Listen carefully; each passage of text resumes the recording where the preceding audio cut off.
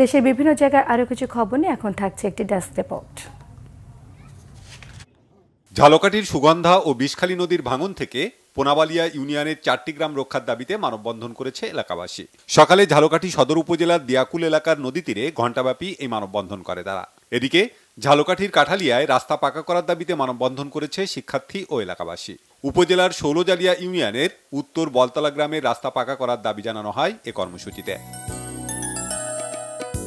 মৎস্য অধিদপ্তরের মহাপরিচালক ডক্টর মোহাম্মদ আব্দুর রউফ বলেছেন, দেশের 31টি সরকারি মৎস্য খামারে মাছের বার্ষিক উৎপাদন 94 মেট্রিক টন থেকে বাড়িয়ে 590 মেট্রিক টনে উন্নীত করার পরিকল্পনা নেওয়া হয়েছে।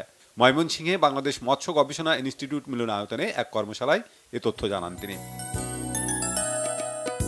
টাঙ্গাইলে মাওলানা ভাসানী বিজ্ঞান ও প্রযুক্তি বিশ্ববিদ্যালয়ে শান্তিপূর্ণ পরিবেশে সুশৃঙ্খলভাবে ভর্তি পরীক্ষা অনুষ্ঠিত হয়েছে।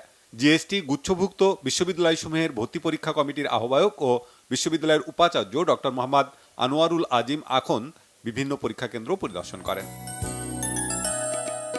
নোয়াখালী বিজ্ঞান ও প্রযুক্তি বিশ্ববিদ্যালয়ে ভর্তিচ্ছু সহস্রাধিক শিক্ষার্থীর জন্য রাতে থাকা, খাবার ও হেল্প ডেস্কের ব্যবস্থা করেছেন ছাত্রদলের নেতাকর্মীরা। ছাত্রদল কেন্দ্রীয় নির্বাহী কমিটির সাধারণ সম্পাদক নাসির উদ্দিন নাসিরের সার্বিক সহযোগিতা ও নির্দেশনায় দলটির নেতাকর্মীরা এই আয়োজন করে। 2 দিনের আইসিটি অলিম্পিয়াড শুরু হয়েছে গাজীপুরের ঢাকা প্রকৌশল ও প্রযুক্তি বিশ্ববিদ্যালয় ডুয়েটে।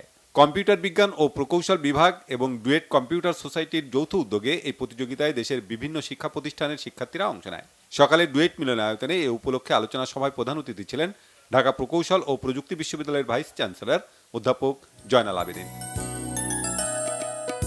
অ্যাডভান্স ডেন্টিস্ট্রি চট্টগ্রামের উদ্যোগে 4র্থ আন্তর্জাতিক ডেন্টাল কনফারেন্স হয়েছে চট্টগ্রামে। সেমিনারে বিভিন্ন দেশের খ্যাতিমান ডেন্টাল সার্জনরা উপস্থিত ছিলেন। বক্তারা বাংলাদেশের ডেন্টিস্ট্রিকে বিশ্বমানে নিয়ে যেতে তরুণ ডেন্টাল সার্জনদের উদ্বুদ্ধ করেন। বাগেরহাট কেন্দ্রীয় জামে মসজিদ মডেল হাফিজিয়া মাদ্রাসার ছাত্রদের পাগড়ি প্রদান ও তাফসিরুল কোরআন মাহফিল হয়েছে। এতে প্রধান অতিথি ছিলেন জেলা প্রশাসক Ahmed Kamrul Ahsan. Bangla vision news desk.